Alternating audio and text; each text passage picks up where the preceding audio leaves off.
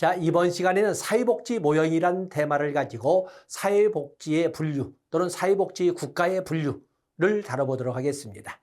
많은 학자들이 뒤에 이제 정리를 했습니다만 많은 학자들이 유형 분류를 하고 있지만 그중에 주로 출제가 되는 것은 위렌스키와 르보의 모형이 약 80% 이상을 차지하고 있습니다. 그래서 위렌스키와 르보형을 앞에 하고 조지와 일중의 모형, 또 에스핀과 앤더슨의 모형 등이 중심이 되어서 보통 이 사회복지 모형에서는 2문제 아니면 많을 때는 3문제까지가 출제되는 영역이라고 볼 수가 있습니다. 자, 먼저 우리가 위렌스키와 르보의 모형, 유형 이렇게 되어 있는데 이 위렌스키와 르보의 모형, 위렌스키와 르보는 사회복지의 개념을 드물게 사회복지의 개념을 적어도 사회복지라고 하기 위해서는 내가 내 재산 털어서 돕는 것을 사회복지라고 한다. 사회적 후원과 사회적 책임을 행할 때 사회복지라고 한다. 그리고 뭐 비영리성, 공식적 조직, 그리고 인간의 소비 욕구를 충족할 때. 그래서 위렌스키와 르보가 제시한 사회복지의 조건에는 사회적 후원, 사회적 책임, 그리고 비영리성, 또 공식적 조직, 또 그런가 하면 소비 욕구, 뭔가 쓰려고 하는 생산이 아닙니다. 소비입니다. 소비 욕구 충족을 위해서 사회복지는 존재하는 것이고 문제는 여기 기능적 일반화. 그래서 통합적 관점에서 개별적으로 아니라 통합적 관점에서 얼마나 인간의 욕구에 근접해 있느냐를 따질 때 근접해 있을 때 사회복지라고 한다 해서 기능적 일반화라는 단어를 씁니다. 다음에 이 위렌스키와 르보는 사회복지의 유형을 자녀적 모형과 제도적 모형으로 나누고 있는데 다 번호를 똑같이 자녀적 모형과 제도적 모형을 똑같은 번호로 이렇게 나열해서 설명을 하고 있습니다. 자, 먼저 우리가 자녀적 모형, 보완적 모형을 이렇게 본다면 같이 페이지는 넘어가지 않지만 여러분들은 교재 넘기면서 보시는 겁니다. 자녀적 모형은 운영 이념에서 선별주의 운영 이념을 사용한 데 비해서 제도적 모형은 보편주의 운영 이념을 사용합니다. 또 자녀적 모형이라고 하는 것은 시장기구나 가족이 제 기능을 발휘하지 못했을 때 보통 우리가 말로 한다면 최선을 다하고도 절대 빈곤에서 벗어나지 못했을 때 부수적으로 기능하는 이런 모형. 여기 시장기구가 제 기능을 발휘하지 못했다. 아까 시장을 제가 뭐라고 그랬어요? 시장이라고 하는 것은 내 노력, 내 능력으로 내 몸값을 결정하는 필드를 시장이라고 하는 거예요. 그런데 시장기구가 제 기능을 발휘하지 못했다. 내가 열심히 노력하고 내가 고통을 감내한 대가로 능력을 쌓아 올렸음에도 불구하고 내 값을 제대로 받지 못한다는 것은 시장기구가 제 기능을 하지 못한 거예요. 그러면 그 다음에 누가 나서요? 가족이나 친족이 나서는 거죠. 그래서 가족들까지 총동원되어서 열심히 도왔음에도 불구하고 그 제 가격을 갖지 못한다면 뭐가 잘못돼요? 그때 국가가 예의적이고 일시적으로 개입해서 그의 생활을 소위 굶어 죽지 않게 만들어주는 개입을, 굶어 죽지 않도록 하는 그 개입을 사회복지라고 한다 하는 것이 자녀적 모형, 보완적 모형이 되겠어요. 그래서 여기 보면 시장기구나 가족이 제 기능을 발휘하지 못해서 절대 빈곤에서 벗어나지 못한 사람이 있을 때 국가가 부수적으로, 일시적으로, 예의적으로 개입해서 최저 생활을 보장해주는 이런 개입을 사회복지라고 한다라고 하는 것이 바로 여기 나오는 보완적 모형입니다. 그에 비해서 여기 보면은 어느 정도 돕는다? 빈곤 최저 수준은 그뿐만을 제공한다. 여기는 최저 생활 보장입니다. 최저 생활 보장. 이에 비해서 제도적 모형은 최적 생활의 모형이라고 합니다. 그래서 여기 보시면서 수익자 부담의 원칙, 개인적 빈곤관 이런 단어 같이 연결해 주시면 됩니다. 그에 비해서 이 제도적 모형이라고 하는 것은 보완주의. 여기 보면 제도적 모형은 보편주의 운영 원리를 사용하지 않습니까? 그렇기 때문에 보편주의 운영은 적극국가, 복지국가에서 나오는데 국가의 적극적 개입을 통한 이런 그 지원을 사회복지라고 한다는 것은 제도적 모형인데 여러분들은 다 설명하기 않더라도 여기는 어디까지도 와? 자녀적 보완적 모형은 굶어 죽지 않을 만큼 최저 수준의 생활을 보장하는 데 비해서 여기는 최적 수준의 급여를 제공한다. 최적 수준의 생활을 보장한다라고 하고 재원을 어디서 조달한다? 원칙적으로 잔여적 모형, 보완적 모형은 수익자 부담의 원칙으로 하고도 안 된다면 국가가 일시적으로 개입하겠지만 여기는 당연히 국가의 적극적 개입에서 당연히 조세에 의한 재원 조달을 설명을 합니다. 많은 사람들이 여기를 꼭 개선해 주시면 됩니다. 그리고 여기 박스에 있지만은 아주 중요하죠. 바로 주로 출제가 되는 그 내용의 영역이 바로 이 박스 안에 있습니다. 꼭 가져가셔야 됩니다. 그래서 양자 비교하면서 한쪽 가로막고 이에 비해서 제도적 모형, 이에 비해서 제도적 모형 이렇게 이제 설명을 해 주셔야 되겠지요. 그다음에 티트머스와 같은 경우에는 복지의 모형을 역시 위렌스키와 르보처럼 잔여적 모형과 제도적 모형으로 나누되 양자의 중간 모형으로 산업적 성취 수행 모형을 제시하고 있습니다. 양자의 중간 모형으로. 그런데 굳이 잔여적 모형과 제도적 재분배 모형은 굳이 교재가 있더라도 뭐 읽을 필요 없고 여러분들이 보시되 여러분들이 한번 여기 염두에 두실 것은 여기 나오는 산업적 성취 수행 모형입니다. 산업적 성취 수행 모형 또는 업적 수행 모형. 잔여적 모형과 제도적 모형의 중간 모형이다. 그래서 국민의 생활 수준 이것은 제도적 모형이죠. 기회 평등 이것은 잔여적 모형입니다. 양자의 모두 관심을 갖는다. 이렇게 우리가 읽어주시면 됩니다. 그래서 개인의 자유와 기회 평등을 같이 강조하면서 분배 체계로서 그렇다면 이 분배 체계라고 하는 것은 제도적 모형. 그에 비해서 시장 경제 메커니즘은 이것은 잔여적 모형. 수익자 부담이니까 이렇게 설명하고 있습니다. 여기에 중요한 것은 바로 5번과 6번이 개념입니다. 산업적 성취 수행 모형은 사회복지 관련 급여를 시장기구에 대한 기여도에 따라 차등 지급함으로써 기존의 지위를 유지시켜주는 국가의 개입을 사회복지라 한다 하는 것이 산업적 성취 수행 모형입니다. 그렇기 때문에 사회복지에 대한 급여를 똑같이 나눠주는 것이 아니라 균일각출, 균일급여가 아니라 시장기구에 대한 기여도에 따라 차등 지급함으로써 보험료를 많이 낸 사람은 급여를 많이 주는 것이고 보험료를 적게 낸 사람은 보험급여를 조금 주는 것이고 보험료 납입을 길게 한 사람은 적게 한 사람보다 많이 줄 수 있도록 이렇게 조정함으로써 보험료를 많이 낸다는 것은 기여를 많이 했다는 것은 옛날에도 열심히 살아서 수익이 많았다는 것이고 수익이 많았기 때문에 보험료를 소위 정비례는 아니죠. 보험료를 많이 냈다는 거거든요. 많이 냈기 때문에 나중에 보험금을 받을 적에도 많이 받아서 젊었을 때 열심히 일해서 부자로 산 사람은 나이가 들어서도 부자로 살게끔 만들어주는 국가 개입을 바로 사회복지라고 한다 하는 것이 산업적 성취수행 모형이 되겠어요. 그래서 여기 보면은 급여의 제공이 시장에서 업적과 밀접한 관계가 있다는 것을 강조한다.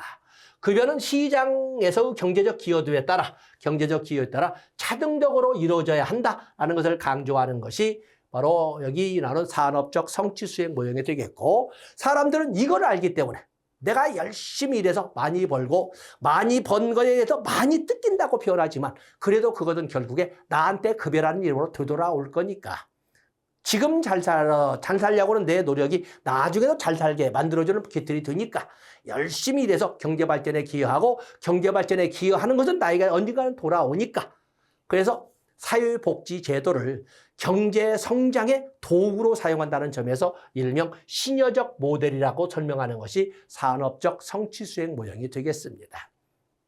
그래서 사회보험 프로그램이 강조되는 것이 산업적 성취수행 모형. 그러면 이런 식으로 온다면 9번처럼 온다면 잔여적 모형은 공공구조 프로그램을 강조하는 것이고 제도적 모형은 사회수당 프로그램을 강조하는 것이고 그에 비해서 산업적 성취수행 모형은 사회보험 프로그램을 강조한다라고 이렇게 분류할 수가 있습니다. 다음에 조지와 일등의 모형이 있습니다. 조지와 일등의 모형. 조지와 일등의 모형은 본래는 4개의 유형 분류였어요. 보통 우리가 이 세상을 살아가면서 가치 측면으로 본다면 개인적 가치와 공동체적 가치, 공동체적 가치가 콜렉티브니까 이 책에서는 집합적 가치라고 표현하고 있는데 어느 쪽 가치를 선호하느냐는 가치는 옳다 그러다 문제가 아니잖아요. 가치라는 것은 무엇을 더 좋아하고 무엇은 덜 좋아하고 무엇은 먼저 하고 싶고 무엇은 나중에 해도 되고 이런 그 선호나 선택의 기준이라고 여러 번 말씀드립니다. 그런데 여기는 조지와 일등은 어느 가치를 선호하느냐, 어느 가치를 선호하느냐. 그 때문에 우리가 가치를 선호할 적에 개인적 가치와 집합적 가치, 자유의 가치와 평등의 가치 이렇게 설명할 수가 있는 거거든요. 그래서 이 소위 선호 가치를 가지고 처음에는 4개의 유형 분류였어요. 반집합주의, 그건 개인 가치를 강조한다는 거죠. 반집합주의, 소극적 집합주의, 페이비안 사유주의, 그리고 마르크스주의로 4개의 분류로만 설명을 했던 것이 바로 조지와 일징의 복지국가 모형이었어요. 근데 지금 제가 굳이 옛날의 4분류와 뒤에 개정한 6개의 분류를 동시에 교재로 섞어놓은 것은 근자에 출제하는 사람들이 이걸 병행해서 출제하기 때문에 같이 해놨습니다. 그래서 여기 앞에 치는 여러분들 배경 지식으로 보시고 뒤로 넘어가겠습니다. 여기 보시게 되면 반집합주의, 옛날에는 소극적 집합주의, 페이비안 사유주의, 마르크스주의로만 분류했던 이 조지와 일징이 이것을 1994년에 수정 모형을 발표를 합니다. 1994년에 6개로 새롭게 분류를 합니다. 그렇게 해서 반집합주의는 여기 반집합, 옛날에 이름을 본다면 반집합주의, 소극적 집합주의, 페이비안 사유주의, 마르크스주의를 이렇게 새로이 이름을 바꿔서 신우파, 중도 노선, 그리고 사회민주주의, 그리고 마르크스주의는 똑같이 이렇게 이름을 이렇게 바꿨습니다. 이름을 바꾸되 그러면서 페미니즘과 녹색주의, 그리니즘이라는 것을 신설해서 6개의 모형으로 새로이 분류한 것입니다. 그러다 본다면 어느 가치를 강조하느냐 이렇게 볼 적에 먼저 우리가 국가 개입 강도 한번 위로 적어보겠습니다. 국가 개입에 대하여 신우파는 원칙적 배제입니다. 원칙적 배제. 국가 개입은 안 된다. 근데 전면 안 되는 것이 아니라 원칙적으로 안 된다라는 관점이에요. 그렇기 때문에 예외적으로는 결국에 여기는 원칙적으로는 국가 개입은 안 되는데 예외적으로 국가가 일시적으로 개입할 때도 있다. 자녀적 복지는 인정합니다. 전면은 아니고. 그에 비해서 중도 노선은 조건부 허용입니다. 국가 개입의 어느 정도 지나친 불평등을 해소하는 선에서 어느 정도의 국가 개입은 필요하다라고 인정을 합니다. 그에 비해서 사회민주주의는 국가의 적극적 개입을 강조합니다. 적극적 개입을. 그에 비해서 마르크스주의도 적극적 개입이지만 그냥 여기는 좀 더 싸납게 당연 개입을 주장을 한다. 이렇게 설명할 수가 있습니다. 당연 개입을. 그런가 하면 여기 보면은 어떤 가치를 강조하느냐. 어디 색깔 좀 바꿔볼까요? 어떤 가치를 선호하는, 선호 가치가 뭐냐? 선호하는 가치가 뭐냐? 우리가 민주주의 사회에 살고 있으면서 양대 가치 그러면 자유와 평등으로 설명을 해보면 자유와 평등으로 본다면 당연히 여기 반집합주의적인 신우파에서는 자유와 평등 중에 자유우선주의죠. 자유우선주의. 그에 비해서 오른쪽으로 마르크스주의로 가면 갈수록 자유와 평등의 양대 가치 중에 여기서 선호하는 것은 평등을 우선시하는 이런 특징을 가지고 있다라고 설명할 수가 있는 것입니다. 또 그에 비해서 같은 자유라 하더라도 자유의 가치에는 소극적 자유가 있고 적극적 자유가 있지 않습니까? 그렇기 때문에 양대로 신우파로 가면 갈수록 색깔을 바꿔봐요. 신우파로 가면 갈수록 자유 중에서도 소극적, 간섭받지 않을 소극적 자유를 선호한 데 비해서 마르크스주의로 가면 갈수록 국가에 적극적으로 요구할 수 있는 적극적 자유를 선호하게 되는 겁니다. 그다음에 평등의 가치를 보더라도 신우파로 가면 갈수록 불평등의 당연시입니다. 불평등 당연시. 불평등. 그에 비해서 마르크스주의로 가면 갈수록 평등 구현을 기본 국가의 이념, 추구 가치로 설명을 합니다.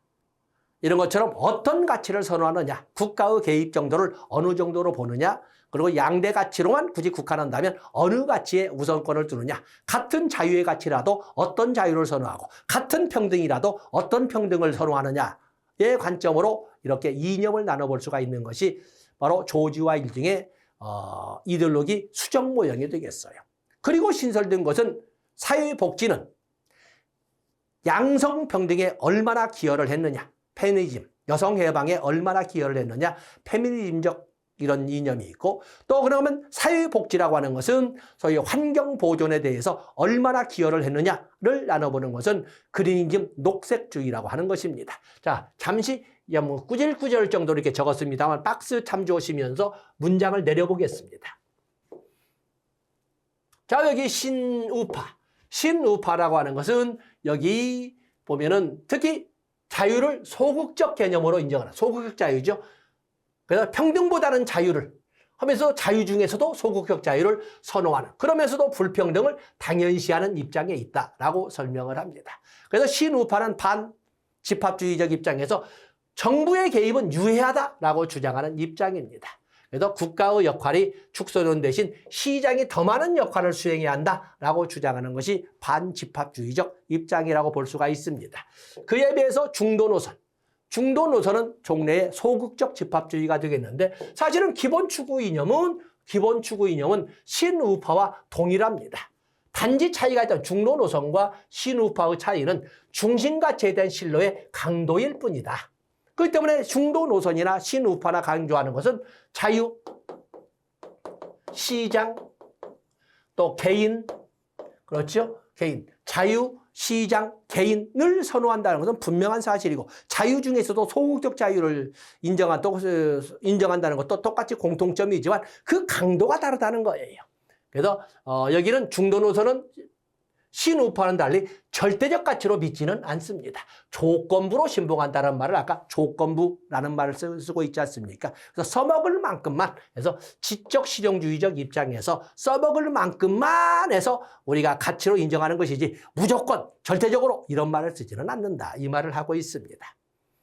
또 그런가 하면 사회민주주의, 옛날에는 페이비언 사회주의 아니었겠습니까? 사회민주주의 또 몰라갔군요. 사회민주주의는 이제는 자유보다는 평등의 가치를 선호하는 이런 평등. 이 자유라고 해도 똑같은 자유가, 이 자유는 적극적 자유죠. 적극적 자유. 또 그럼 동포의 우애를 강조한다. 그래서 여기는 자유는 적극적 자유를 의미한다는 것을 같이 정리를 해놨습니다. 그래서 페이비안 사회주의적 입장을 이렇게 사회민주주의라고 표현했다. 이렇게 봐주시고 나머지 보시면 됩니다. 국가의 개입을 어느 선에서 인정을 한다? 적극적으로 개입할 것을 요구를 합니다. 적극적으로. 그다음에 마르크스주의는 다룰 실익이 그렇지만 마르크스주의는 역시 똑같이 적극적 자유, 평등, 우애를 강조하지만 이 평등이라는 것은 허구에 불과하다라고 하면서 자유, 이렇게 저희 이념적 설명으로 이렇게 하고 있습니다만, 마르크스주의자들이 설명하고 있는 이 자유는 적극적 개념이다. 이런 말하고 있죠. 자유는 광의적이고 적극적 개념이다. 이런 말을 같이 설명을 합니다. 그리고 평등이라는 말이 있는데 허구에 불과하다. 국가가 적극적으로 개입해서 절대 평등의 그 가치로 이렇게 만들어 주어야 한다 하는 이념이 바로 마르크스주의이기 때문에 오늘날에는 다룰 실익이 없죠. 어떤 이념적에서 마르크스주의라는 것이 전 세계 극히 일부 영역이기 때문에 다룰 실익은 없다. 이렇게 보시면 됩니다. 다음에 페미니즘, 복지는 여성 해방에 있어서 얼만큼 기여를 했느냐를 봐야 되는데, 이 페미니즘은 19세기 중반에 시작된 여성 참정권 운동에서 비속되었다. 그런데 이 페미니즘적 입장에서 조지와 일 등은 복지는 여성 해방에 있어서 양면 가치적 성격을 가지고 있다. 양면 감정적이다. 이렇게 설명을 합니다. 한편으로서는 여성 해방에 엄청난 기여를 했다는 거 부정하지 않는다. 그러나 한편으로서는 아주 고지능화된 남성 우위의 지배력을 미화한 것이다. 이렇게 함으로써 페미니즘적 입장에서는 여성 해방에 관련된 복지의 역할을 양면성을 지닌 것으로 이렇게 설명을 한다는 것을 알아주시면 됩니다. 그래서 읽어보시고. 그런가 하면 그리니즘이 있죠. 그리니즘이라고 하는 것은 맞으면 환경 보존에 대하여 복지는 어떤 역할을 했는가. 그래서 보면은 녹색주의의 입장에서는 바로 여기 4번에 있습니다. 복지국가에서는 경제성장과 소비의 확대는 아주 바람직하다. 언제나 바람직하다. 라고 하는 신념을 가지고 있는데 그 신념은 잘못되었다. 여기 경제성장과 소비의 확대는 바람직하다는 신념 잘못되었다라고 보는 것이 바로 이 그리니즘, 녹색주의의 주장입니다. 왜냐하면 우리가 경기가 극히 어려울 적에 지출 정책을 통해서 돈을 풀면 시중 통화량이 늘고 시중 통화량이 늘면 소비가 확대되고 소비가 확대되면 물가가 올라가면서 공장 가동률이 높아지고 실업자가 줄어들고 시중 통화량이 늘어나고 이렇게 해서 소비가 지출 정책을 통해서 시장 질서를 확대시키고 소비를 확대시키면 경제가 성장되는데 그것은 절대적인 선이다. 라고 복지국가는 지출 정책을 그렇게 미화시키거든요. 그 신념 잘못되었다.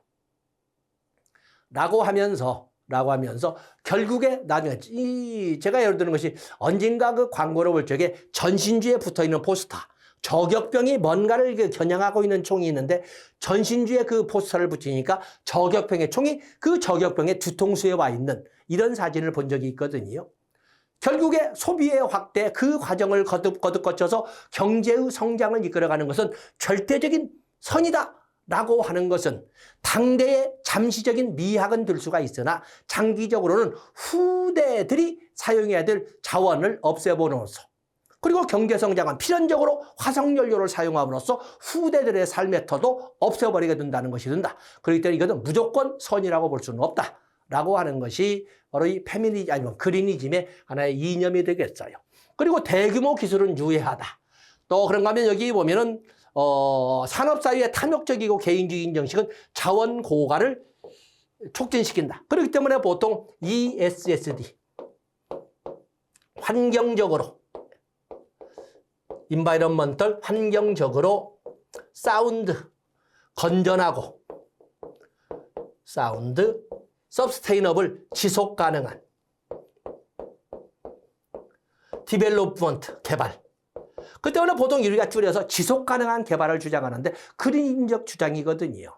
그래서 환경적으로 우리가 자원을 쓰고 경제 성장을 살리고 한다고 하더라도 적어도 후대들과 같이 갈 수 있는 건전하고 지속 가능한 개발을 해야 되지 고갈시키는 개발이 있어서는 안 된다. 라고 해서 여기 농업 부분에 사용하는 대규모 기술 그야말로 해충이나 잡는 이런 약을 뿌리고 그래야 되지 헬기를 이용해서 드론을 이용해서 전면적으로 그 지역에 있는 모든 생물을 완전히 박멸시켜버리는 이런 대규모 기술은 우리를 위해서 할 수밖에 없다라고 표현하지만 결국에는 우리도 죽이고 우리의 후손들을 아예 살토를 없애버리게 되는 거다. 이렇게 주장하는 것이 그리니즘의 성격입니다. 그렇기 때문에 경제성장과 소비도 절제를 해야 되지만 공공복지 지출도 축소되어야 한다라고 주장하는 것이 그리니즘의 성격이 되겠어요. 다음에 기타에서 퍼니스와 틸턴이 있는데 퍼니스와 틸턴은 복지국가 유형을 적극국가, 사회보장국가, 사회복지국가로 이렇게 우리가 보면 함정이 있다고 그랬지요. 적어도 분류를 할 적에 적극이란 말이 나오면 당연히 대비적으로 소국이 나와야 되는데 소국은 없다는 것입니다. 첫 번째 함정입니다. 소국가 없습니다.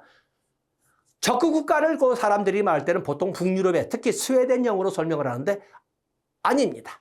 이 퍼니스와 틸턴이 말하는 적극국가라고 하는 것은 경기 침체나 경기 위기 시에 얼마나 국가가 기업 휴생에 적극적으로 개입해 주느냐를 가지고 말하는 걸로써 이것은 미국형이라고 합니다. 그래서 미국형이라고 하는 것처럼 국가와 기업 간의 협력을 강조하는 모델을 적극국가라고 해서 오해하지 마십사라고 하는 것이고 사회보장국가는 영국형이라고 사회복지국가는 북유럽형 스웨덴형이라고 이렇게 부르고 있습니다. 또 그러면 미슈라의 유형도 있습니다. 미슈라도 복지국가의 유형을 여러 가지 있는데 미슈라는 여기는 분화된 복지국가와 통합된 복지국가. 분화된 복지국가는 여기는 다원주의적 복지국가라고 부르고 통합된 복지국가는 조합주의적 복지국가라고도 부른다라고 해서 특징 읽어보시면 됩니다. 그래서 여기 줄 맞추신다면 미슈라는 복지국가를 분화된 복지국가, 다원주의적 복지국가 그리고 통합된 복지국가에서 통합된 복지국가를 우리가 조합주의적 복지국가로 이렇게 불러주고 있다 해서 복지국가의 유형을 분화된 다원주의적 복지국가와 통합된 조합주의적 복지국가로 나눴다라고 봐주시면 됩니다. 다음에 에스핑 앤더슨 또는 에스핑 안데르센 영어로 쓰니까 O가 들어가 있고 그렇지 않은 안데르센이라고 읽을 수 있습니다. 복지국가 유형을 보통 일반적으로 세 개의 기준에 의해서 탈상품화, 사회계층 분류, 탈가족화라는 기준을 가지고 복지국가 유형을 자유주의형, 조합주의형, 그리고 사회민주주의형으로 나눴던 사람이 바로 이 에스핑 앤더슨 또는 에스핑 안데르센이 되겠어요. 그래서 여기 보면 보통 여기 보면은 그 탈상품화만 설명을 했습니다만 탈상품화 말고도 사회계층 분류, 또 탈가족화라고 하는 것은 여성들이 얼마나 가사나 양육의 부담으로부터 자유로운가의 정도를 따지는 것이 탈가족화였어요. 여기는 탈상품화, 상품이라고 하는 것은 시장에서 거래되는 것을 상품이라고 합니다. 시장을 거치지 않고서도 거래될 수 있는 정도를 탈상품화라고 합니다. 아까 앞서서 학습했던 것처럼 복지라고 하는 것은 시장에 맡겨놓으면 필연적으로 실패할 수밖에 없어요. 그렇기 때문에 복지라고 하는 것은 국가, 공공부문이 맡아야 되는데, 그런데 공공부문에 맡아야 되는데 얼마만큼의 공공부문이 책임지고 복지를 시행하느냐, 시장을 거치지 않고서도 복지라고 하는 것이 얼마나 수행되느냐를 가지고 탈상품화를 봅니다. 바로 이 세 가지 기준에다가 조합주의적 정책 결정 정도까지 포함해서 복지국가 유형을 자유주의형, 어디 가서 있죠? 그래서 여러분 그림 박스를 보시게 되면 복지국가 유형을 자유주의형, 조합주의형, 그리고 사회민주주의형으로 합니다. 여기 사회민주주의형 밑에 있으니까 여기 자유주의형은 소위 공공부조 프로그램을 선호합니다. 그에 비해서 조합주의형은 사회보험 프로그램을 선호합니다. 그래서 사회민주주의형은 사회보장 프로그램 중에서도 소위 사회수당 프로그램을 선호한다라고, 보편적이란 말을 가지고 사회수당 프로그램에 가깝다라고 설명을 합니다. 자유주의형은 치욕, 스티그마를 아주 밀접하게, 가난은 부끄러운 걸로 이렇게 만들어갑니다. 스티그마를 당연시하는 복지국가는 자유주의형 복지국가로, 국가가 개입한다고 해도 얼마큼 개입해? 굶어 죽지 않을 만큼만 최저 수준의 복지급여를 제공합니다. 그에 비해서 조합주의형, 즉 길드 중심이죠. 조합주의형 또는 보수주의형은 저희 직업 범주에 따라 한번 어떤 조합에 가입을 했다가 다른 조합으로 직장을 옮긴다면 다시 이전에 소위 사회보장 프로그램에 대한 혜택은 싹 사라지고 새로이 시작해야 되는. 그렇기 때문에 사회급여를 사회적 지위와 밀접한 관계가 있다라고 설명. 여기는 스티그마인데 비해서 여기는 사회적 지위와 밀접한 관계가 있는 이런 특징을 가지고 있는 것이 조합주의형, 보수주의형이 되겠습니다. 여기서 지원하는 정도는 자유주의형은 굶어 죽지 않을 만큼인데, 적어도 굶어 죽지 않는 것은 걱정 없이 최저 수준 이상의 소득을 보장하는 것이 조합주의형, 보수주의형이라고 합니다. 그래서 사회민주주의는 최저라는 단어를 쓰지 않고 최적 수준의 보장을 합니다. 최적 수준의 보장을 한다. 또 그런가 하면 자유주의형, 미국형과 같은 경우에는 자유주의형, 다양한 사회계층을 여러 사회계층으로 분류될 수 있다라고 해요. 여기 있죠? 다차원의 사회계층을 형성하는데, 조합주의형은 여기 나온 사회적 주의처럼 신분 세습적 성격을 인정을 합니다. 옛날에 부자로 살던 사람은 보험료도 많이 냈겠지만 많이 낸 만큼 나중에 급여도 많이 받아서, 부자였던 사람은 나이가 들어서도, 부자는 3대가 지나야 망하게 된다, 이렇게 설명하는 것처럼 신분 세습과 관련된 계층 분류를 말하는 것은 조합주의형, 보수주의형이 되겠습니다. 그에 비해서 사회민주주의형은 사회계층을 가능한 한 대부분이, 물론 잘 사는 사람도 있고 못 사는 사람도 있겠지만은 가능한 대부분이 중류층이나 중산층이란 이름으로 거의 비슷한 삶의 구조를 가졌으면 좋겠다. 가능하면 단일에 가까운 사회계층을 선호하는 것이 사회민주주의형이 되겠습니다. 다음에 복지라고 하는 것이 시장을 거치지 않고서도 거래될 수 있는가를 물어봤을 적에 자유주의형은 아니다, 시장을 거쳐야만, 시장을 통하지 않고서는 거래될 수 없다라고 하는 것은 자유주의형, 탈상품화 효과가 거의 없죠. 약합니다. 그에 비해서 사회민주주의형은 시장을 거치지 않고서도 국가의 개입만으로도 복지는 실현될 수 있다. 탈상품화의 정도가 크죠. 그에 비해서 조합주의형, 보수주의형이라고 하는 것은 한계가 있다. 왜냐하면 잘 살던 사람은 많이 벌어서 많이도 내지만 나중에 결국에 많이도 받아가기 때문에 그 소위 노력에 의해서 가난한 사람이 부자가 되고 피지배계급이 지배계급이 하는 일은 거의 없다. 신분세습이기 때문에 그 때문에 탈상품화에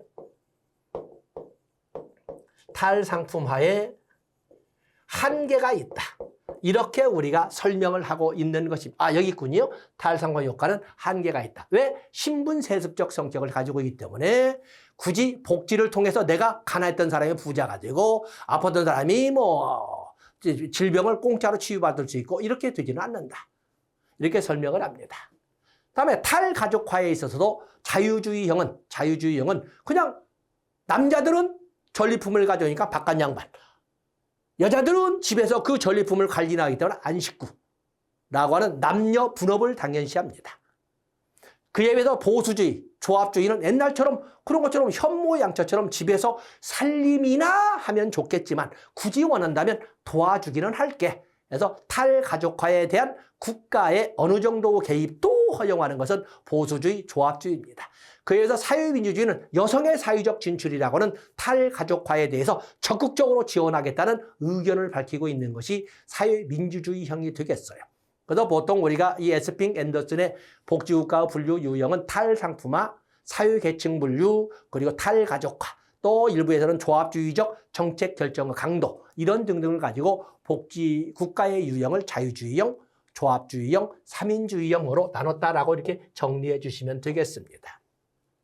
그 외에도 파커는 자유방임형, 자유주의형, 사회주의형 또 이렇게 설명을 했고 그냥 유형만 보시면 됩니다. 마샬은 시민권 이론을 주장했던 유명한 사람이지요. 마샬은 사회정책이나 또 복지국가라고 하는 것은 시민권 발달의 산물이다라는 관점에서 시민권의 유형을 자유권, 참정권, 복지권으로 나누되 자유권은 다른 말로 공민권, 18세기 시민혁명을 통해서 쟁취한 시민권이 되지요. 그에 비해서 참정권 또는 정치권이라고 하는데 1834년 차티스트 운동을 시작점으로 해서 노동자, 여성의 소위 참정권 획득 투쟁을 통해서 쟁취한 것이 정치권, 참정권이라고 했고 그리고 복지권은 사유권이라고 하는 걸로서 1929년을 기점으로 해서 소위 세계대 공항을 기점으로 해서 확대되기 시작한 시민권이 바로 복지권, 사유권이라고 하는데 복지국가도 그리고 사회정책도 이렇게 시민권 발달의 과정을 통해서